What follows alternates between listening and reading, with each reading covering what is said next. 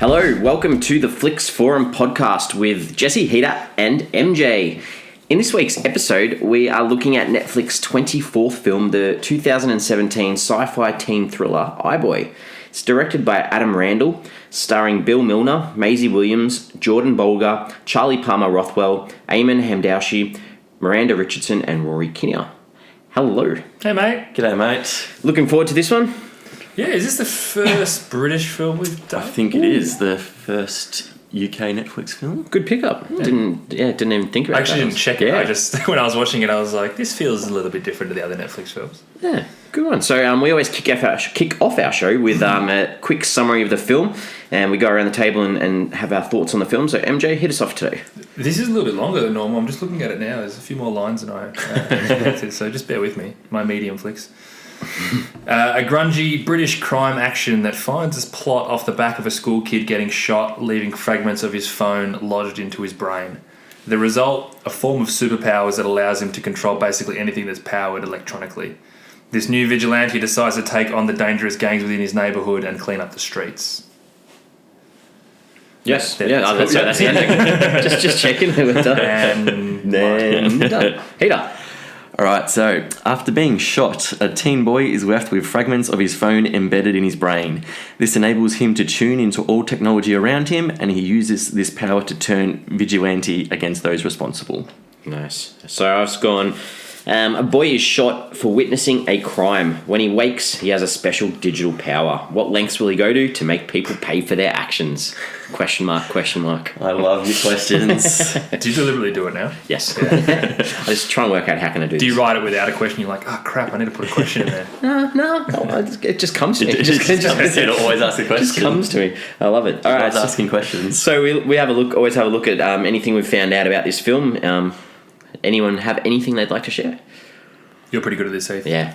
Well, my one was the first UK Netflix original film.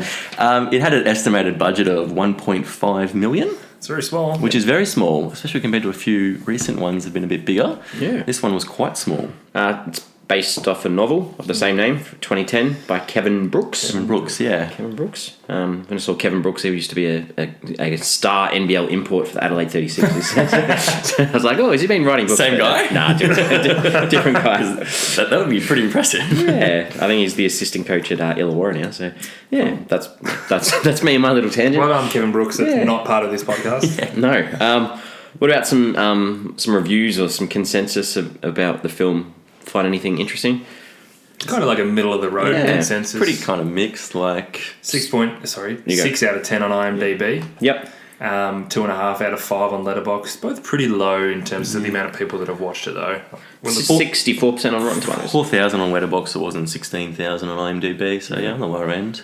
So yeah. 64% on Rotten Tomatoes. It's only on 11 reviews though. Yeah. Yeah, it just seems pretty. Yeah, it seems a little fit, kind of around that mark. Yeah. So released on Netflix worldwide, 27th of Jan 2017. Spoke before, it was filmed in the UK, London in particular. Yep. That's Heater's one. Where is it filmed? Did you get it, Heater? London, yeah. London. East London. East London. I was like, don't write it down. Heath gets this every week. I just had London. Yes, yeah, I looked a little bit harder this week. I had one really good product placement that I really liked. They're at the party. They're at Foster's. Yes. He's drinking a can of Foster's. I know.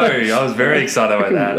I paused it to go back. Hang on. Did I actually just see him drinking Foster's? I was like, I got to ask the boys if that was Foster's or not. Yeah. Because I wasn't 100% sure. I went back and double checked. It was it? Yeah. I thought that. It was very exciting. Yeah, very exciting.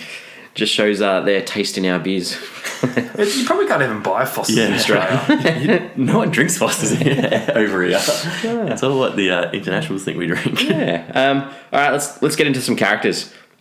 Yeah. MJ, hit us off. What are some things you liked? We got Tom, the main character, played by Bill Milner. I kind of thought he was this sort of studious loner who didn't really fit in anywhere. And then he kind of gets these powers and uses them for good, but does he cross a line with the amount of power that he gets? Because I still think by the end he remains pretty true to himself and pretty true to his goals and what he wanted to achieve with the powers. Like, he had the chance to have as much money as he wanted and get these roles with the gangs and whatnot, but he remained true to that. But I still think there was an element of him trying to abuse the power at some point where he didn't quite have to do that. I don't know. What do you guys think?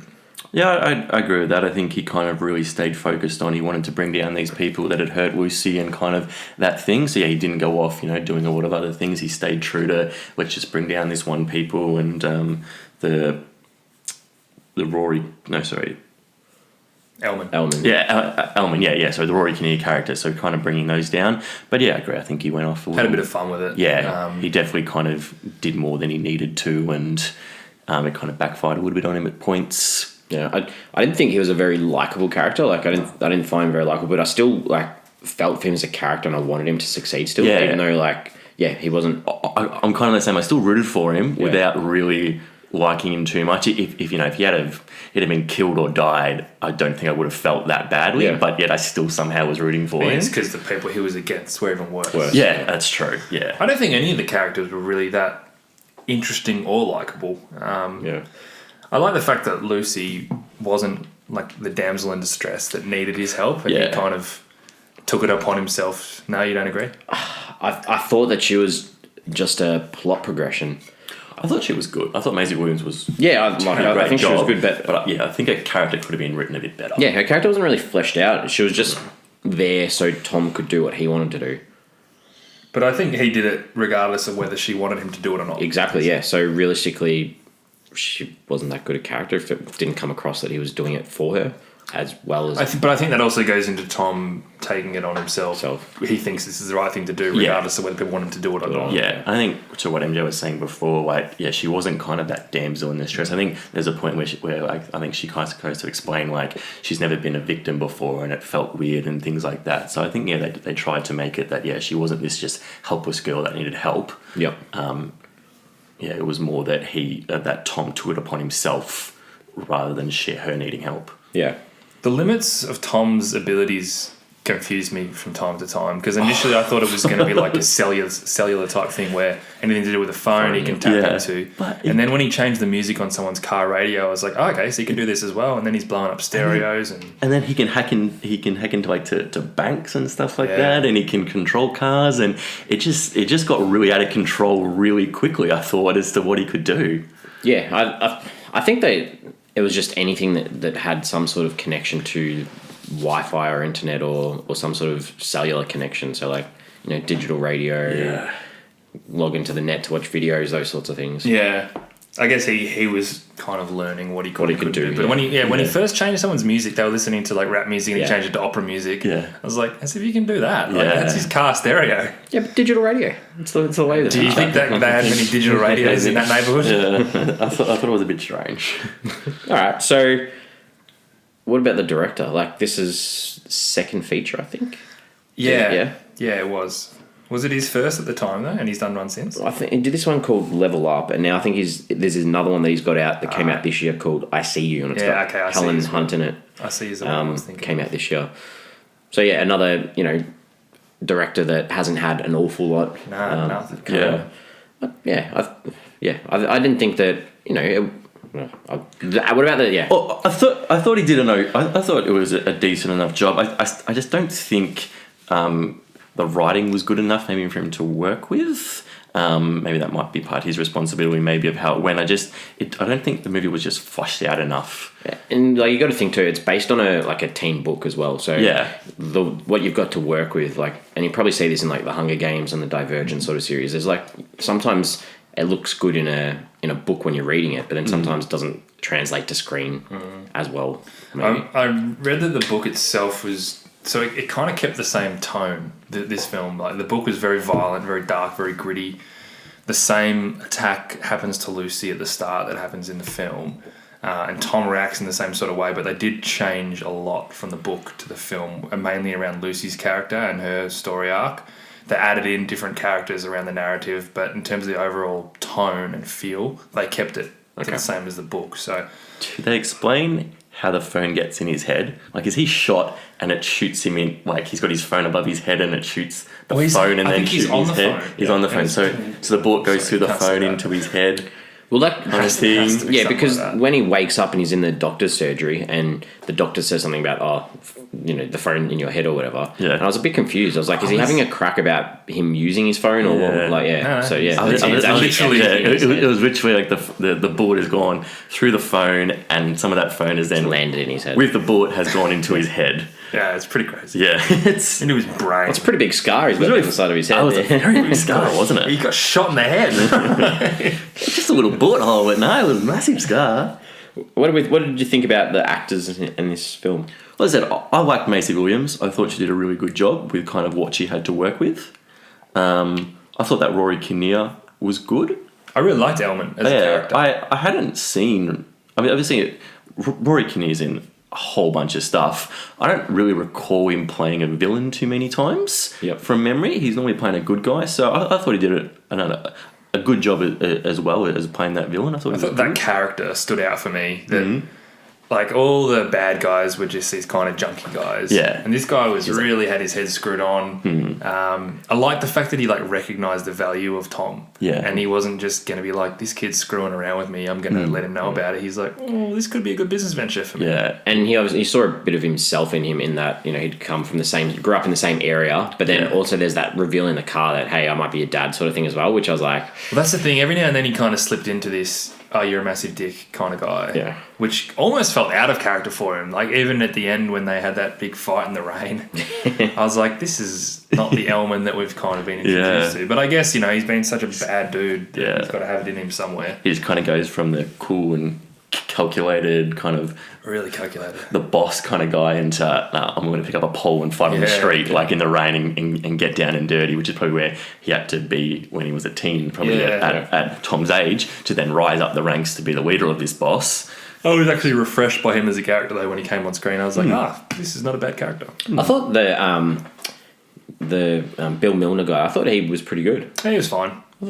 Just wasn't it was just a boring sort of character. But he played the role of what he was supposed to play. I thought he wasn't bad, he wasn't great, he was just, he was okay.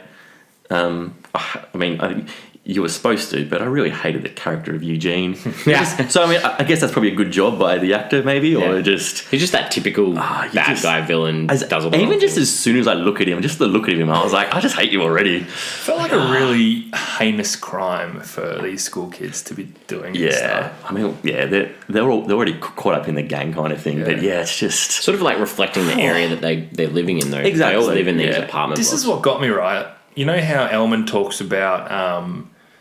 we're so close to all the rich people living across the street or whatever. I didn't get that vibe at all, that there was like this juxtaposition of rich and poor in this neighborhood. Yeah, I did, because there were the constant shots of these lovely nice buildings of the city, and then as soon as you go from those shots, then you had this aerial shot of these apartment blocks. So like, you'd see these awesome nice buildings and all these pretty shots of London, and then you cut straight to where they live, the slums. I thought they did a really good job of kind of showing you like the projects of where they live, and then you saw every now and then the background of the lights. And I think they did a poor job of that.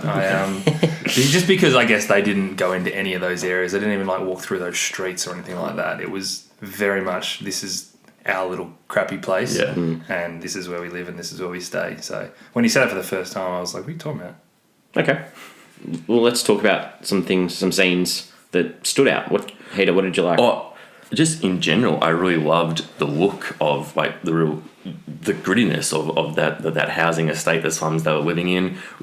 Just real nice and dirty and gritty. I thought they made it look really good, and to show that lower side of London. And there was even there was a scene where it was Lucy had been out and about, and they go back and they're going back to her house, and there's still the blood on the door on the front of the door. I noticed that as well. Yeah. I'm like, this has been a while. And it's just like, okay, so there's very little change in this apartment block. Everything stays stagnant and what it's like. I thought they showed that whole estate really well, that dirty side of it. Yep. MJ? Yeah, I liked a few scenes. I kind of started to enjoy it more when he kind of had a bit of fun with his powers. Yeah. So I liked when the video that he played at the school assembly of the guy jerking off. And I actually went out when the teacher who was trying to get her attention just eventually started yelling out, "Stop the effing video!" It escalated really quickly. So I like the precursor to that as well, like where Tom's in his room and he's got all those bad guys and he's playing around with them in their heads. Yeah. So who's the video of masturbating? It's one of the... Was it Cass? It's the guy. No, it's the guy who gets hung. The guy who necked himself. Yeah. Okay, so that's Cass, right? So to me, there's that confrontation later on in the film where the Cuts guy goes to him and he goes, "Why is stuff happening to everyone and nothing's happened to you?" Yeah. And I was like, I'm like, weren't you the one that had the scene shown in front of your whole school? So it's not like nothing had happened to him. Yeah, but it was more that the other guys got arrested, and he was the only one that didn't get arrested by the cops. Because he ran. Whereas, I'm sure that Cuss doesn't really care about, about him getting embarrassed in front of the school compared to the other guys getting arrested.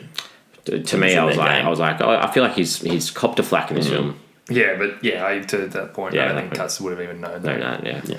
I liked it when they all confronted him and he sent them all a text at the same time saying, "Wrong guy, dickhead." Yeah. That's when I'm like, this guy's playing it pretty well. Yeah, that He's was been cool. pretty smart.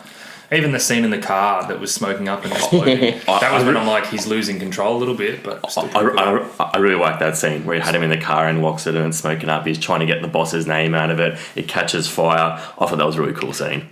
And what I liked about that scene too is Tom was standing there in the background watching, and he had that sort of balaclava across his mouth, which was the same things that the guys had broken at the start. So it's sort of that change in his character where he's sort of... That's when he's slipping. He's turning a bit dark now. Exactly right. Right, exactly. I also like the scene once he's got all the drugs and he's setting them all up in the little bags and he plants them and tips off the cops and get them all in. That was a really real cool, planned out way and good scene of getting them all arrested. Yeah, the follow-up, the scene of the cops all breaking into all the houses, that was really cool. Yeah, that was really cool and really well done, and them chasing him out through the courtyard of the towers as well. What did you think when he broke in to get the drugs and he's messing up the place? I thought that was cool, well done. I thought it was really cool, but then I'm like, they're going to burst him. What's going to happen when they burst back in and he's in there? How's he going to get out of it? But then it didn't work out that way. But no, that was still cool. He's kicking all the bottles around and smashing them. And they did do a really good job with a small budget, especially with the tech side of things, with all the visual effects of him, looking on the screen, which is his eyes, really. But I like that slow reveal at the start of him getting to work out what he's doing, and those images on the digital images on the screen, sort of showing what was going on as well. Yeah, actually, the very, very opening scene, how it was just like the sky, the night sky of the whole city, looked so pretty, and I'm like, this is going to be quite an expensive film. Yeah. And then the next scene, it looked pretty cheap. So I was like, okay. But they did that scene a few times where they showed the whole city, and it looked really nice. I liked so towards the start, after he sort of has that first sort of experience and he sort of passes out on his floor because it's so overwhelming. I think I know what you're going to say. And he wakes up and he's lying on the floor, and the focus is on that superhero figurine. I thought that was awesome. I thought that was cool. It was it's sort of the signal to his calling. Because at the point, I didn't think he was going to be a superhero kind of character. I thought maybe he's going to have this little nifty thing where he can hear people's phone calls or something. Yeah. And he's holding a superhero thing, and I wrote down, is he a superhero? And obviously, as it leads on, he does have powers. So that's great. I did like when they were sitting in the science class and you could see the electricity in everyone's pockets, and it was he's watching it and you're seeing all the phones light up in everyone's pockets, and then he sort of sees Eugene and does that zap and sort of catches on fire and everyone laughs at Eugene. I thought that was cool. That's cool. Really cool. I guess he's learning what his powers are and what he can do in that scene. It's really early on. He's starting to play around with it. And that follows in when he goes to that party and he's sort of putting together all these memories of him walking in on that original crime and working out, okay, I remember those guy's shoes, I remember that bracelet. I thought that was well done as well, sort of make that connection, how he knows they were there. So was that a memory or was that because someone filmed it? Yes, so he was connecting through the video. Yeah, that's what I meant, because I remember thinking hang on, why is he just able to see this? I think it was because the guy was filming it, so he was tapping into what was being filmed and he can tap into all these things and see them. I thought there was a really good scene where Lucy and Tom are in the bedroom and Tom's texting her from the iBoy account, and she's sitting on the bed, and there's no dialogue. It's just the text on the screen of their conversation while they're acting like he's. I thought that was really cool. It's so much better than XOXO, where the text on the screen was just hey, meet me here. Whereas this one, it was like building the story based on what you were seeing. So who did she think was texting him? iBoy, yeah. which she didn't know at that Yeah, stage. it doesn't say. Yeah. So she just thought it was this vigilante who was just texting her. Yeah, she thought it was the vigilante Yeah. who had done things, and didn't realise it was actually Tom. I still thought it was weird that she's just like so excited to be texting him. Yeah. Well, he'd text from the iBoy account before. Yeah, so it wasn't like it was the first I time. know, but it's like, but if it's me, I'm like, who are you and why are you texting me? I also love her saying that iBoy was a horrible name. and she was happy to like pull iBoy up on the things that she thought was doing wrong. Absolutely, yeah. I thought the scene where he was like crossing the lights, that was cool, where he like turned the traffic just lights turned and and then the walked car had across. to slam the brakes on and walked across, and then And before that, even every person he walks past, their phone starts ringing. And then, I thought that was cool as well.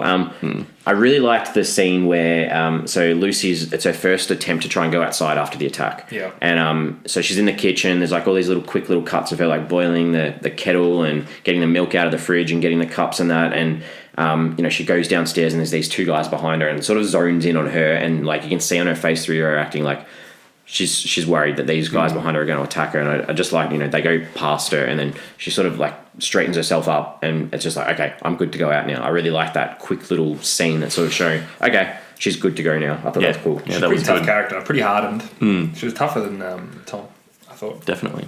Yeah. What do you think about him fixing his nan's bank account? Yeah, well... Was that like one sort of little sidestep, or was that just in there because you wanted to feel for her? Is that the first time that you see him do stuff with money, though?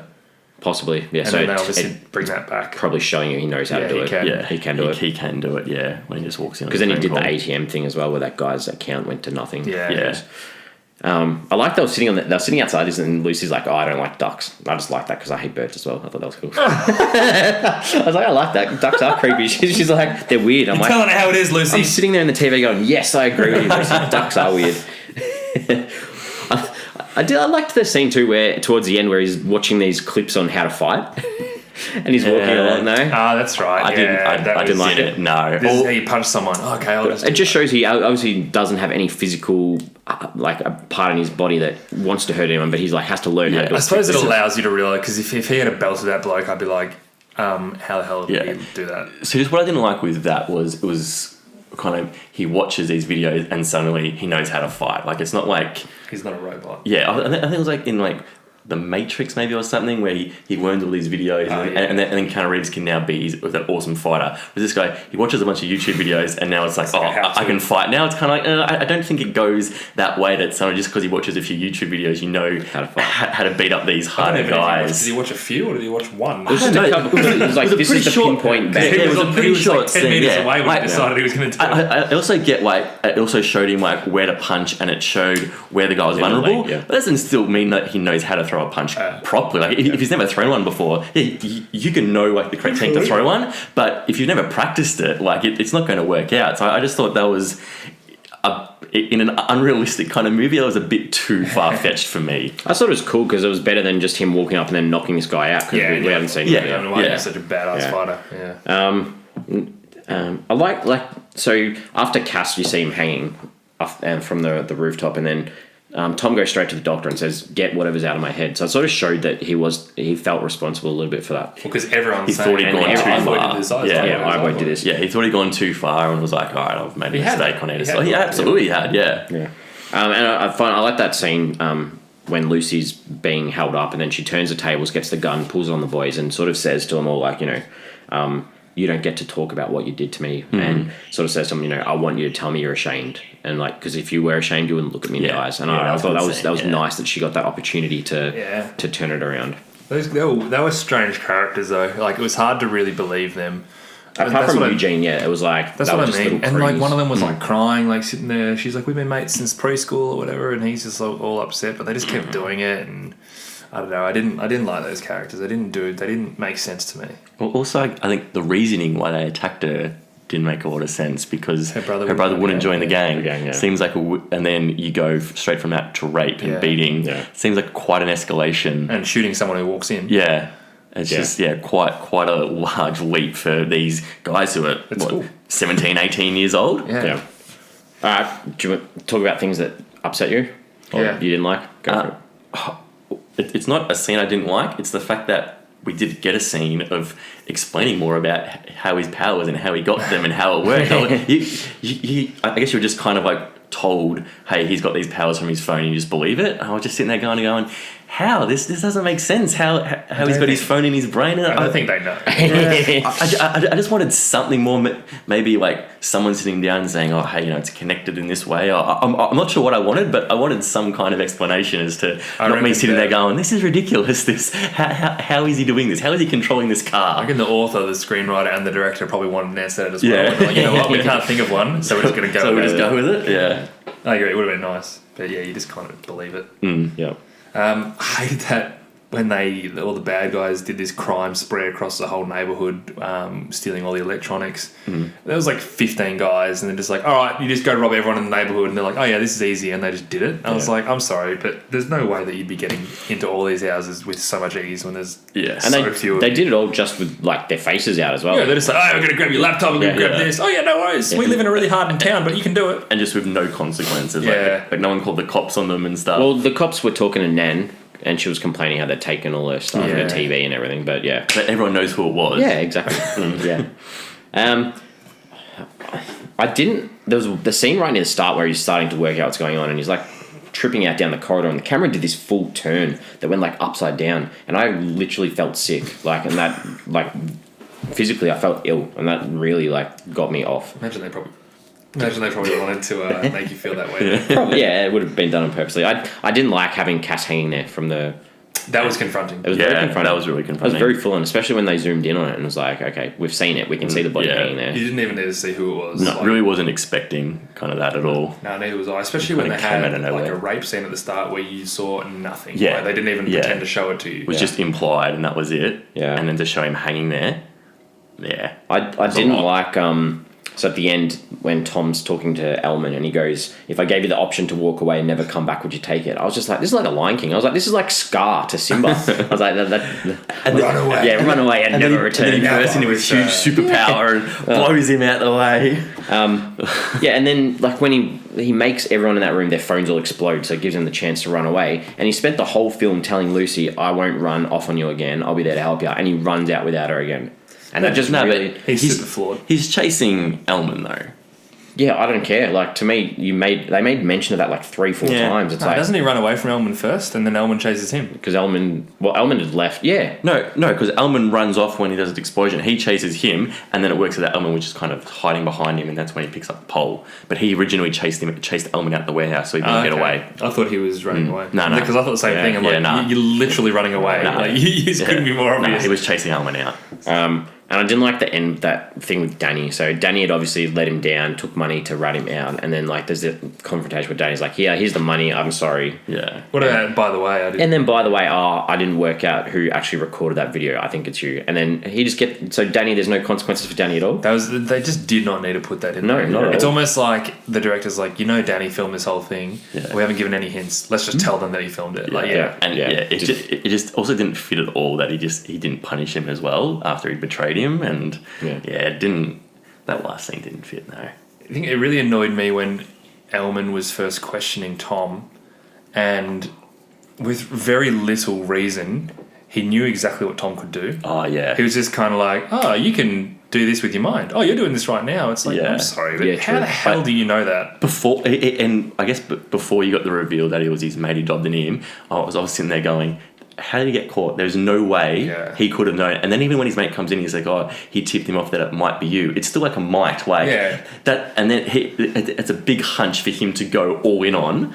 But even if it might be you... How does he get caught with this? I would think, it might be you doing stuff on your phone or doing stuff somewhere, not in your mind. Yeah. And he was like, are you doing it with your mind? I'm like, what? Yeah. Like, suddenly he just understands everything. Yeah. Because I was looking forward to being like, who's going to find out what he can do? This is cool. Yeah, no, that was a big leap. And then when he was watching Lucy tied up, he's like, you're watching something right now, aren't you? I'm like, oh, come on. Like, how do you know that? Fair enough. I mean, this is a real nitpick, but the end scene on the balcony where Tom and Lucy kiss and the credits start, Yeah. the song that's played over that just did not fit in with the movie, I thought, at all. I hated it. Was it really upbeat, was it? I can't remember. It was just really kind of like the guy starts singing, it's kind of slow and drawn out, and I just thought the song didn't fit, and I was like, oh, this is an interesting choice for the end scene. Didn't even listen. It was a bit disappointing the way it ended in that final fight scene. I guess you call it a fight scene. Yeah. I like the fact that going into them coming to that warehouse, I wasn't quite sure how it was going to end, and that's good. But it annoyed me when he did that thing where he blows up all their phones and they'll go, oh, what's going on? And the main guy or the main bad guy is still conveniently alive, and I'll let that go because that happens in most films. But then he just finds this superpower that he didn't know he had, and he's just like, oh, I'm Thor, by the way. Yeah, that's super. And does blowing up the guys' phones in their pockets, does that take them out? It startled them, that's what I thought. And then they're all just in there. Wouldn't they come out as well, or does that just knock them out? It was very far-fetched. I'm like, this is just going to end like this. It ended. That's kind of how it felt. Yeah. All right, what do you reckon? Do you like the ending? I felt it was nice that they were together at the end, and they'll make it because, he'd asked her out to dinner before, and then obviously they're closing that tie where they've got that picnic rug set out with all the food sort of thing. I'm okay with all that, but what do you think about where he kills Aymen? I kind of wish he didn't have this new superpower. I thought that that explosion from him should have wiped him out as well. Oh, that would have been cool. Yeah, I wouldn't have liked that. I like that. Because realistically, if you're using that much power and energy, surely that's going to wipe you out. Or I thought the other thing would have been that it would have destroyed whatever thing was in his brain. Yeah, that's good. So you get the idea that he's just still living with that, yeah? Yeah, I think so. Yeah. All right, let's have a look at some themes or some stuff in the film. Because it was trying to say a lot, I thought. Yeah. I think to me the biggest theme of the whole film was about power. Yeah. And it was really nicely illustrated by Aymen because Aymen had tons of power, and I think he literally says, in case you're wondering, that's what power looks like when he's shoving money into Danny's mouth. Because then that was kind of when Tom realised, oh geez, I'm really exploiting this power. I don't want to be like Aymen. So it was a nice thing on the dangers of power. With great power comes great regret was one of the quotes from the director. Yeah. And I like that the power too, it was more this knowledge is power as well. Because Aymen kept talking to him about, you're a smart guy, that sort of stuff. And it's if you use your brain, you'll do better than using your fists sort of thing. Rather than going and bashing people up, if you use what your brain can tell you to do, you're going to come out with more power. Yeah. I think to your point about the handkerchief thing over the mouth, that was when Tom was realising the power he had, and he was using it for the wrong reason, stooping down to the level of the guys that had, because they had power at the start when there's 4 guys on one girl. Yeah. They had tons of power. Yep. What about revenge? So revenge sort of, this film resulted in no change, because at the end you still see that Danny's still with that gang. So there's still a gang there, even though you've wiped out the main guys from this gang. The gang still exists. So even though you may go on this revenge thing, but didn't Danny say at the start that he wanted to work his way up to the top to make change as well? I think Danny just wanted to be at the top for his own intentions. I think he did, but I think that he also made a point, because when Tom asked him about what had happened, he's like, wasn't these guys, I wasn't there, and I think he said, but you're a part of them. He's like, but I'm trying to get to the top and it'll be different. I think maybe again, he could have just been saying that to Tom just to tell him what he wants to hear. Yeah. But I also think that Danny was an absolute scumbag, so I probably don't believe him. But he did try and tell Tom, I'm trying to get to the top to make a change. So if he gets to the top, what's he going to do? Start get his gang to make playgrounds? I was going to say, I don't see it happening. No. I like the fact that it came down to that whole playing the hand that you dealt, and Danny kind of made the point with Tom, I thought you were going to be the guy that gets out of here. You're so smart. You're going to do all this and all that. But Danny has just accepted that he can't. And it's a choice, as much as they want to be like, oh no, we and even Aymen comes from this place. Yeah. He talks about Tom's mum, and he talks about how it's obviously been like this forever. Yeah. People who live here, this is the path we go down. But Tom's desire to try and buck that trend is actually kind of admirable. Yeah, and even somewhat so when Danny gets off the bus before he gets to school, he's like, "Oh, you're not going to school?" He's like, "Yeah, no, I'm done." I'm like, "Oh, he's not trying to better himself at all." But I mean, they paint it as a difficult thing to do, trying to buck that trend. Oh, absolutely. And then, like we spoke before, they did this well by setting up this culture of violence and crime in this sort of town. Like it's hard for them to break that. Exactly. Yeah. And that's like I thought, like we were talking about before, that Aymen guy, like he was more about talking about being proud of your talents and using your talents for good. Yep. And like, is Tom a hero? Like that, like this thought of they have that shot of is the vigilante. Yeah, is he a hero? Or is he just a bad guy doing good things? No, I think he's a hero. I think he is in this movie. He's trying to be, and then it gets to the point where he goes a bit too far, but then he gets pulled back, and it's kind of the thing with a lot of kind of vigilantes. I think he's a pretty as well, good guy like how far they're going to go. Yeah.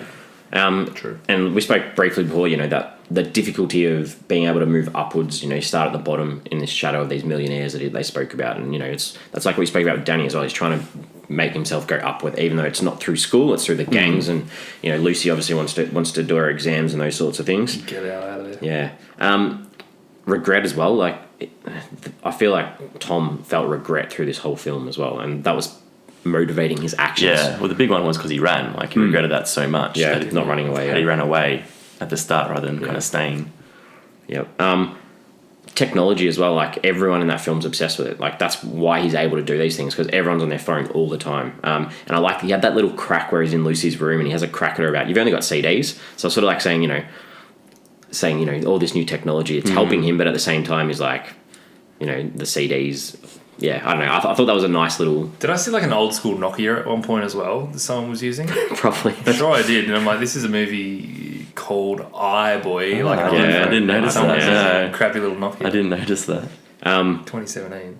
Friendship too, like friendship was supposed to be between him and Danny, and obviously that got ruined in the end. And Just kind of... Yeah. I thought, okay, this guy has no friends except for this one guy.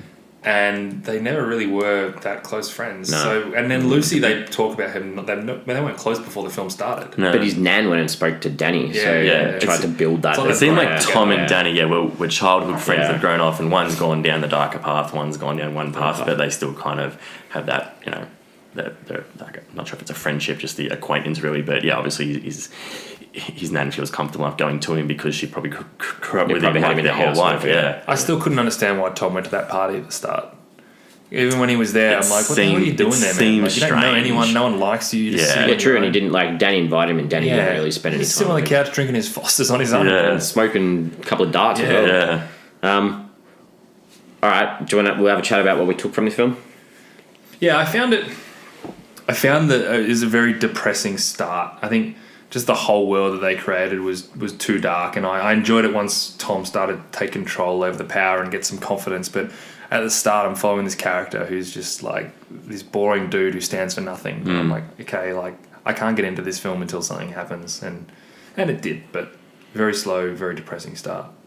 I thought it was well made for the budget it had, and I thought for the budget for sure. Which I thought the special effects that we used throughout were like really effective, and they added to the story. I really agree well. with that. So they did a really good job with that. Yeah, could have done with a few more maybe laughs, maybe to lighten up a bit. Exactly. Like, I guess it was so depressing. It's kind of a superhero movie, and what are superhero movies? They've got kind of those little sidekick quirks and the sidekick. There's a few laughs here and there. This was a dark and gritty, depressing movie where they could have done with a few more laughs to break it up in between to not make it so depressing. I think. Would you classify this as a superhero movie? I wouldn't. No, neither really. would I. But I think they're trying to portray it as kind of like a. I think they're trying to make it one, but I still wouldn't call it one. If that makes sense. I don't know, because a superhero movie to me, you need more background on how they get the superpowers, like you spoke about. Which is what I wanted. Yeah, that's what I hate. So generally, if you're going to start a superhero film, there's that build up of how and why they were deserving of those powers. And there was no background. Less about that, wasn't it? It was just about it was an accident that happened. Whereas, and I guess like Spider-Man, it's an accident and gets bitten by a spider. But you've still got that background. But it's like a radioactive spider kind of thing. And whereas this is just he's using a phone and it gets lodged in his brain. This isn't some special phone that gets in his brain that does it. This is just your normal standard phone. Does Danny give him a phone at the start? Like the very first scene, he's like, here's your phone. I thought that something was going to happen with that phone specifically because it was a stolen phone. Yeah, true. Oh, that's right. Because there's a photo of other people on it. He's like, yeah, man, what do you think it wasn't stolen or something like that? Yeah. And that was obviously the phone, but I couldn't quite link what was the point of it being. So maybe the sequel is that Danny set up that phone to have powers in it, and then Danny was the one that actually shot him because Danny wanted to get lodged in his brain. That would be awesome. I really hope they don't make a sequel for Kevin Brooks. I'm taking the ideas if you write a sequel. That would be pretty cool. This would have been alright in the cinema. Like, I still probably wouldn't have paid to see it though. Like, it would have been. Yeah, I was happy just watching it on Netflix. Yeah, a bit of fun. Yeah, it was fun. Yeah, Fun. IMDb. Fun, but like depressing. yeah.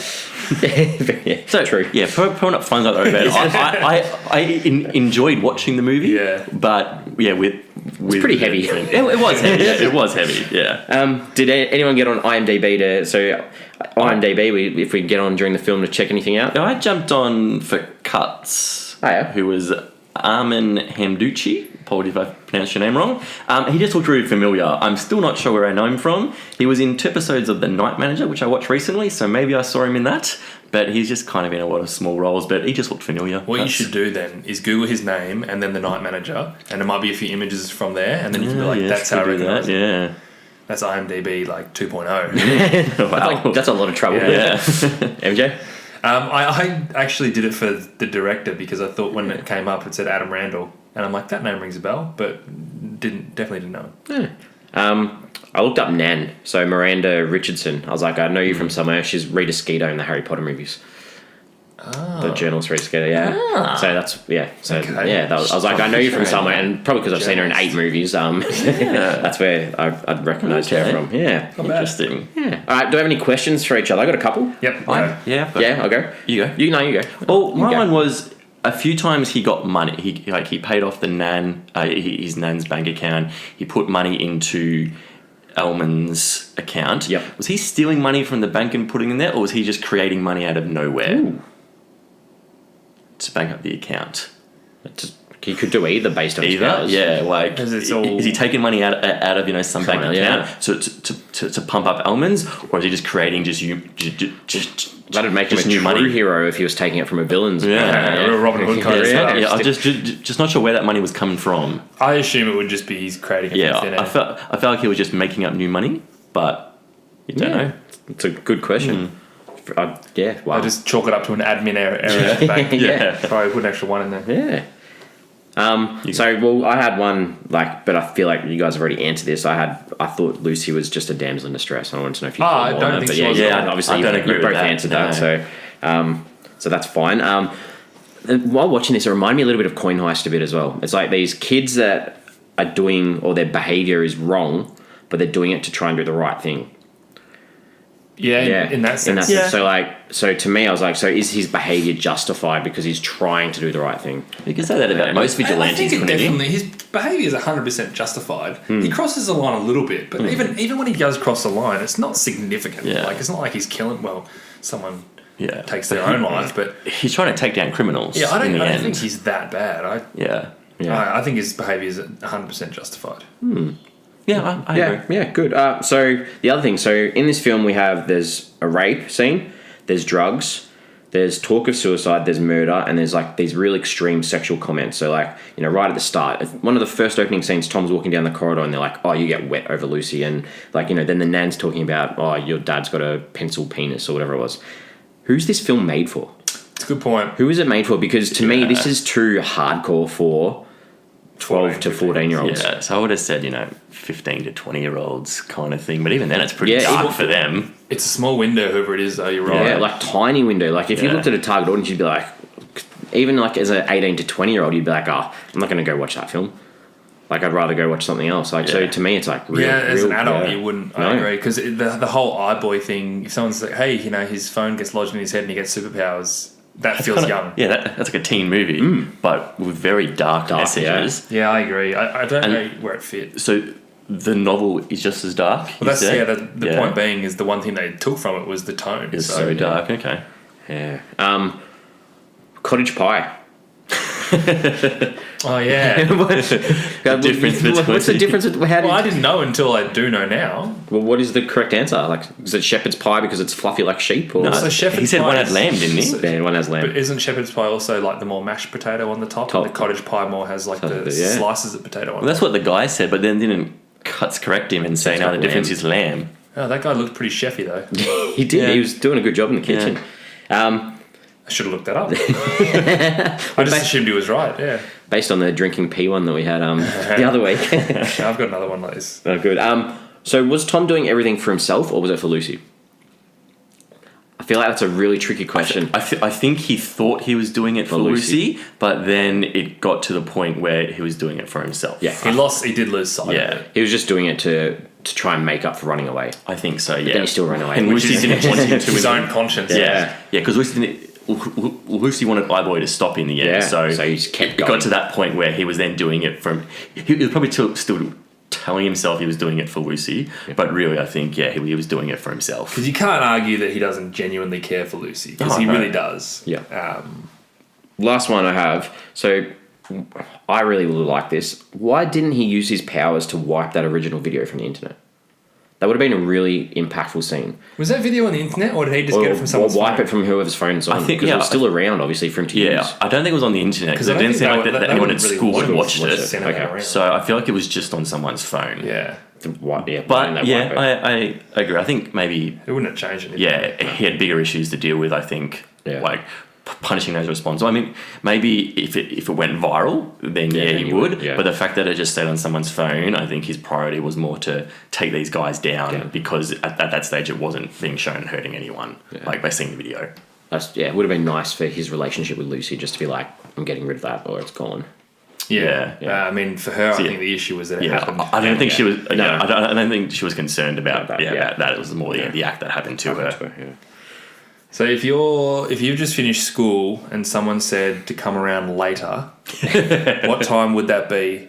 Because they explored this, but I don't think they gave it a good enough answer. That was actually a decent scene. Well, was that because Nan was too busy writing a romance novel? She wouldn't have the right answer anyway. Yeah. What time is later? Yeah. What time is later? What time would it be for you, Jesse? If someone said come over later. I don't know. Is it? It's after dinner. After dinner. After dinner? After dinner. Yeah, I think it's after dinner. So what time's dinner? Yeah, exactly. Everyone has dinner at different times. That's true. So let's go with like a 7:30, 7:45. Feels pretty safe. Yeah, I'm happy with that. Lock it in. Yeah. Well, next time put it in the film, please. Leave me unanswered. Or seek clarification from him who says, hey, come over later. Okay, well, what time is later? Like, what time do you want me around? I'm sure there would have been a text message somewhere. Yeah. Like, hey, man, by the way. By the way, what time do you want me? All right, are we ready to move on to give our ratings? I think we are. Yeah, so we always give our films a rating out of 5 and then we put them together to give our overall average on Flix Forum. Flix Forum, MJ, hit us off. It wasn't too bad, but it also wasn't my cup of tea. I found the whole situation a little too dark, which tested my enjoyment level. And when none of the characters were particularly interesting, it made it even more difficult. But it's definitely watchable. I'd give it 2 stars. Cool. So I thought this was a nice little film. I probably wouldn't have seen this if we weren't doing the podcast. I thought the acting was good, and I thought the digital effects worked well while exploring, quite a few little different themes. The only thing, like we spoke about before, to me, it was missing a little bit of light humour, a little bit of a laugh every now and then. But I highly recommend this film. I liked it, so I'm giving it 3.5 out of 5. Heater, you'll go. I don't think it was very flushed out and written that well, and a lot of it I'm still fleshed out. Yep, it didn't make sense a lot to me, the kind of thing. But I still found myself enjoying watching this movie. I was in on it. I did think Maisie Williams did a great job acting, and it gave a real nice and a gritty look at that darker side, which I like too. I give it a 3. Cool. So we'll give you time to add that up. What does it give us an average out of 5? We're at a 2.83 out of 5. Oh, good. Very good. So we like our social media channels, and each week we pop up a question on social media. So this week, I want to know, will Tom be able to upgrade the software in his head in the future to continue his work? What more upgrades does he need? He's got a hell of a lot of power. Well, but surely that technology in his head gets outdated and it needs a software upgrade. So what's going to happen? What's going to just shoot into his other ear? What's going to happen? He's going to have to get it replaced. So that's going to be up on our Twitter, Facebook, and Instagram this week. I like it. Give us some feedback. You can subscribe to us on Apple Podcasts, Podbean, Spotify. Please give us a positive rating if possible. If you've enjoyed us, if you haven't, keep that to yourselves. Next week, we're going to be looking at the 2014 drama Imperial Dream. So we're going back a little bit. So that was interesting. Yeah, very interesting. So it's directed by Malik Vital. It stars John Boyega, Rotimi Akinsho, KK Palmer, Glenn Plummer, and DeAndre Bonds. So get on board, watch this film if you haven't, to listen along with us next week. I've had a bit of fun today, guys. Yeah, it's been good fun. Been good. Always is. Always is. So until next time, we'll speak then. See you then. See you guys.